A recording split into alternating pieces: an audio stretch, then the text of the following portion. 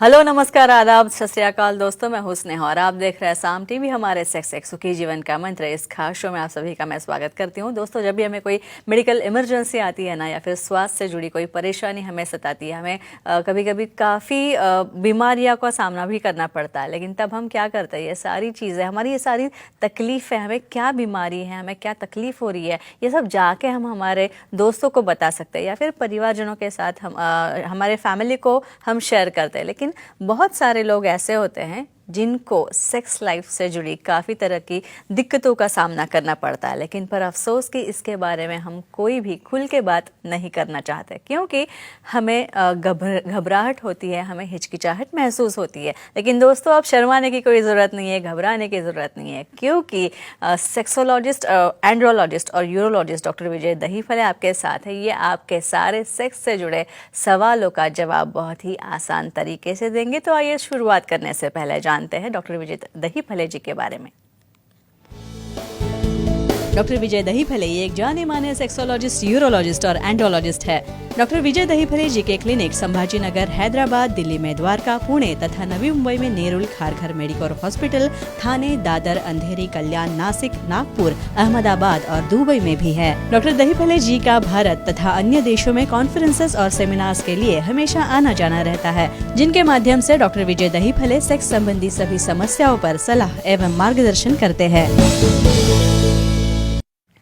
तो हमारे साथ मौजूद है इस शो के खास मेहमान डॉक्टर विजय दहीफले, जो कि आपकी सेक्स संबंधी सारी समस्याओं का समाधान करेंगे। तो आइए उनका स्वागत करते हैं। डॉक्टर साहब, स्वागत है आपका। नमस्ते। डिस्फंक्शन और ऑर्गेज्म यानी तृप्ति के बारे में, या फिर हम जिसे अलग भाषा में चरम सुख भी कह सकते हैं, तो सबसे पहले जानते हैं कि ये ऑर्गेज्म या फिर तृप्ति या फिर चरम सुख, चरम आनंद जिसे हम कहते हैं, वो क्या होता है। डॉक्टर साहब, ऑर्गेज्म क्या होता है? वेरी वेरी इंपॉर्टेंट और वेरी बेसिक टॉपिक आपने लिया है। और यहाँ पे हमारे जो सुखी मंत्र बुक में जो इन्फॉर्मेशन है, सुखी जीवन के मंत्र के बुक में, तो कुछ लोगों को ऑर्गेज्म पता नहीं रहता है, ऑर्गेज्म का महत्व क्या है, और ऑर्गेज्म फीमेल में भी कैसा होता है और मेल में भी कैसा होता है, दोनों पता रहना बहुत ज़रूरी है। इसलिए आज हम उसके ऊपर डेफिनेटली पूरी इन्फॉर्मेशन देने वाले हैं। फ्रेंड्स, ऑर्गेज्म या इसे हम कहते हैं तृप्ति। कोई भी एक्ट हो, मेल में हो या फीमेल में हो, एक्ट जब फिनिश होता है तब मेल में इजैकुलेशन या वीर्यस्खलन होने के बाद एक सेटिस्फैक्शन और सैटिस्फाइड फीलिंग आपको आती है, तो उसे ऑर्गेज्म मेल में कहते हैं। फीमेल में at the end of intercourse, यानी जब आप एक्साइट होने के बाद, क्रिया पूरी होने के बाद, जब आपके जो मसल्स है पेल्विक ग्रुप के, वहाँ पे कॉन्ट्रैक्शन और रिलैक्सेशन होने की जो प्रोसेस है, जो डोपामिन है, ऑक्सीटोसिन है या लो मॉलिक्यूल से होती है, और वहाँ पे यूरेथ्रा में एक डिस्चार्ज या इजैकुलेशन फीमेल में भी होता है जो रिवर्स मेथड से अंदर जाता है, तो इसे कहते हैं ऑर्गेज्म या तृप्ति। और ये मिलने के बाद ही मेल पार्टनर हो या फीमेल पार्टनर हो सेटिस्फाई होते हैं, और ये होने तक यहाँ पे मेल या फीमेल पार्टनर को दोनों को उसे मैच करना चाहिए, और ये उनके सेक्सुअल लाइफ में बहुत बहुत बहुत इम्पॉर्टेंट पोजीशन होती है। इसमें और कुछ इन्फॉर्मेशन जो है हमें इस सीरीज में या एपिसोड में हम देखने वाले हैं। डॉक्टर साहब, हमारे शरीर के कौन से हिस्सों से हमें तृप्ति मिल सकती है, उसका अनुभव हो सकता है? हाँ, ये बेसिक क्वेश्चन है और लोगों को ये पता नहीं है। फ्रेंड्स, यहाँ पे आपको लगता होगा सिर्फ सेक्स करने से, यानी पीनो वजाइनल सेक्स से ही वहाँ पे तृप्ति मिलती है आपको या आपके पार्टनर को, ऐसा कतई नहीं है। ये तो एक पार्ट हो गया। यहाँ पे कौन कौन से पार्ट सेंसिटिव रहते हैं, फीमेल्स में देखोगे तो वहाँ पे कॉलर बोन्स है, नेप ऑफ नेक रीजन है, निपल्स है, एरियोला है, ब्रेस्ट है, क्लाइटोरिस है, और वहाँ पे वल्वा है। तो इतने सब पार्ट जो रहते हैं वो रीजन पे, वहाँ पे जो नर्व्स है, जो वेसल्स है, वो संवेदना, हार्मोन्स कंट्रोल करते हैं और कैरी करते हैं। और इसलिए ये सब भागों में जहाँ पे भी स्टिमुलेशन हो जाए वहाँ पे डेफिनेटली ऑर्गेज्म होता है। लेकिन कैसे करना चाहिए, कंसेंटिंग लेके, पार्टनर की परमिशन लेके, ये आपको पता होना बहुत बहुत ज़रूरी है। इसके बाद एक फ़ोन है नोएडा से, अश्विनी कुमार बात कर रहे हैं, उनका कॉल लेते हैं। अश्विनी कुमार जी, पूछिए सवाल। Hello sir. हाँ, नमस्ते जी, बोलिए।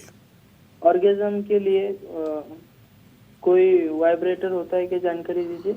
अच्छा, मुझे लगा ही था ये टॉपिक आने के बाद हर एक क्यूरियोसिटी है ना, ये सब्जेक्ट है ना, हमारे पास इतना उसको ढक के रखा है, तो हर एक को उसके अंदर सेक्स के ऊपर जाओगे ना तो बहुत एक्साइटमेंट होता है, क्या रहता है वाइब्रेटर बोलेंगे।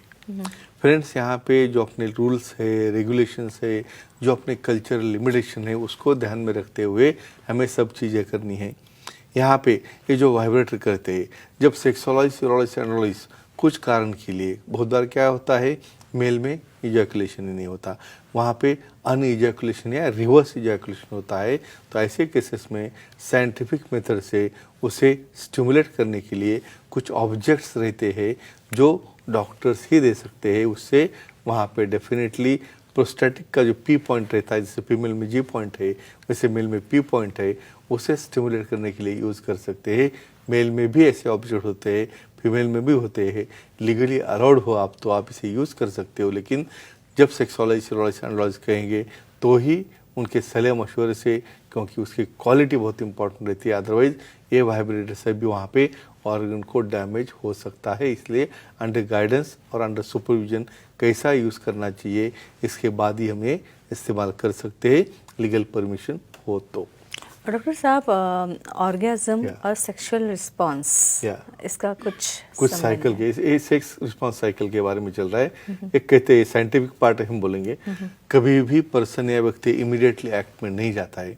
पहले क्या होता है, पहले डिज़ायर होता है, डिज़ायर होने के बाद में आपको इच्छा आती है, इच्छा आने के बाद में आप वो प्रोसेस में जाते हो, वहाँ पे फिर एक्साइटेशन फेज आती है, यानी डिज़ायर हो गया, अराउजल हो गया, बाद में फिर आप एक्साइटेशन में गए हो, बाद में फिर आप प्लाटो यानी एक नॉर्मल स्टेज में रहते हो, और बाद में जाते हो रिजोल्यूशन, यानी उस वक्त आपका ऑर्गेजम होता है मेल में या फीमेल में। इसे कहते हैं सेक्सुअल रिस्पांस साइकिल। डॉक्टर साहब, सेक्स के बाद जो तृप्ति या फिर चरम सुख आनंद हमें मिलता है, क्या उससे हमारे दिल पर कुछ या फिर हार्ट पर कुछ परिणाम हो सकता है? कुछ फायदे हो सकते हैं क्या? डेफिनेटली कहेंगे हम। सबसे इम्पॉर्टेंट, जब ऑर्गेजम के फेज में जाते हो तब सबसे पीक लेवल पे हार्मोन आते हैं। जब आप पीक लेवल पे हार्मोन आते हैं तो क्या होता है, हार्ट रेट बढ़ता है, पर्सपिरेशन यानी आपको स्वेटिंग आना शुरू होता है, इवन बॉडी के हेयर्स यानी वहाँ पे कुछ रोंगटे आना भी शुरू होता है, पाल्पिटेशन, रेस्पिरेशन की स्पीड बढ़ना, रेस्पिरेशन ज़्यादा होना, और वहाँ पे एक सैटिस्फैक्टरी फीलिंग आना। ये नॉर्मल वेरिएशन है, नॉर्मल चेंजेस है। क्यों?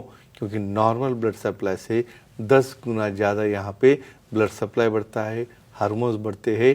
और ये कैसे पहचाना जाए या रिकॉग्नाइज किया जाए कि आपको ऑर्गेजम हुआ, इसके ये बहुत प्रोमिनेंट साइन या लक्षण होते हैं। डॉक्टर साहब, फोन आ रहा है, अनघा जी है बैंगलोर से, उनका कॉल लेते हैं। अनघा जी, सवाल पूछिए। नमस्ते सर जी। नमस्ते जी, बोलो। स्त्रियों में ऑर्गेजम या तृप्ति के बाद कोई स्राव निकलता है क्या, जानकारी दी।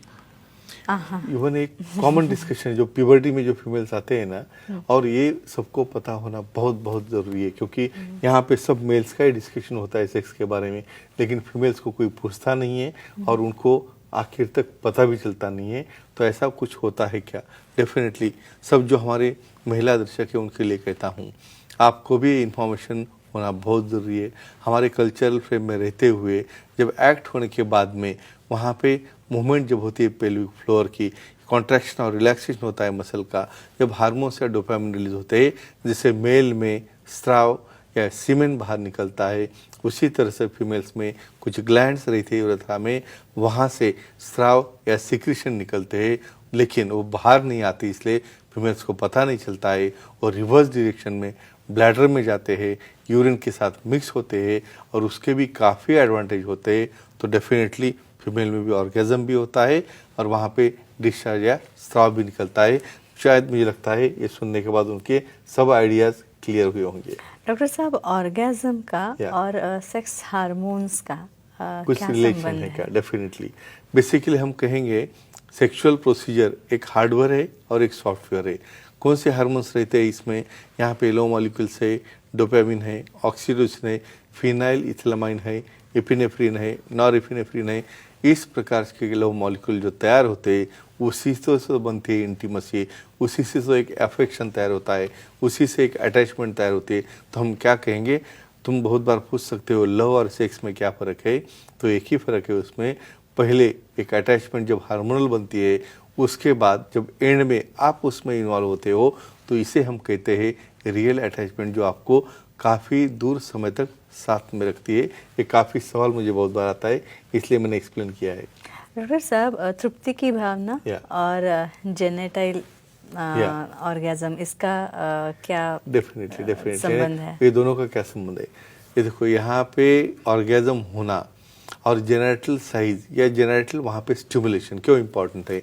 यहाँ पे काफ़ी बार यहाँ पे मिसनोमर ऐसे है कि बाकी कुछ फोरप्ले नहीं, कुछ नहीं, बस आ गए वहाँ पे एक्ट किया, क्योंकि आपको सिखाया ही उतना गया है तो आप कुछ करते ही नहीं हो। तो डेफिनेटली जब तक आप फोरप्ले नहीं करोगे तब तक आपका पार्टनर वहाँ पे इन्वॉल्व नहीं होता है, वहाँ पे हार्मोन शुरू नहीं होते हैं, और वहाँ पे सिर्फ ऑर्गन कांटेक्ट होने से फीमेल हो या मेल पार्टनर वहाँ पे सेटिस्फाई नहीं होते। तो फ्रेंड्स, बहुत इंपॉर्टेंट टॉपिक है, खुद भी देखिए, अपने फ्रेंड्स को शेयर कीजिए, जिसकी वजह से जो भी मिसअंडरस्टैंडिंग उनके दिल में हो, ये नॉलेज उन्हें मिलना बहुत बहुत बहुत ज़रूरी है, जिसकी वजह से आपकी निजी जीवन में, पर्सनल लाइफ में सुखी जीवन का मंत्र बहुत अच्छी तरह से लॉन्ग टर्म तक चलते रहे।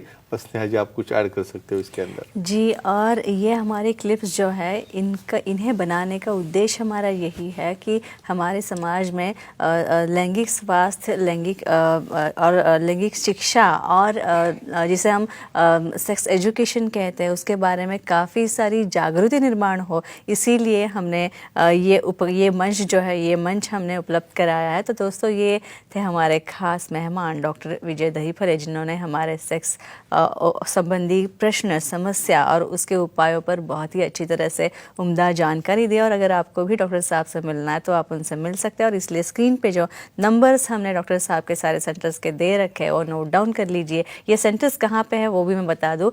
इनके सेंटर्स अंधेरी में, दादर में, नवी मुंबई में, नेरुल, खारघर, ठाणे, कल्याण, पुणे, नासिक और संभाजी नगर तथा हैदराबाद, नागपुर, दुबई में भी डॉक्टर साहब के सेंटर्स है। तो यहाँ पे आप जा सकते हैं। और सारे नंबर्स जो है सेंटर्स के वापस एक बार मैं बता दूं, नोट डाउन कर लीजिए अपने डायरी में। और इसी तरह उनकी वेबसाइट भी है sexologistvijaydahipale.in। इस पर आप जाएंगे तो आपको अपॉइंटमेंट का बटन दिखेगा, वो क्लिक कीजिए और आसानी से आप डॉक्टर साहब की अपॉइंटमेंट पा सकते हैं। तो डॉक्टर साहब, बहुत अच्छी जानकारी हर बार की तरह इस बार भी, और बहुत ही वैज्ञानिक ढंग से महत्वपूर्ण बात मैं यही कहना चाहूँगी। और सबसे अच्छी बात यह है कि एकदम सरल सटीक भाषा में आप सारी इंफॉर्मेशन जो है वो देते हैं, जो हमारे दर्शकों को बहुत पसंद आती है। तो अब वक्त हो चला है यहीं पर रुकने का, दर्शकों को विदा करते हैं। तो हम इस वक्त यहीं पर रुक रहे हैं, लेकिन अगले शुक्रवार हम वापस आएंगे और एक नए एपिसोड के साथ। तब तक गुड नाइट, शब्बा खैर, अपना ख्याल रखना, खुश रहना और खुशहाल रहना। नमस्ते।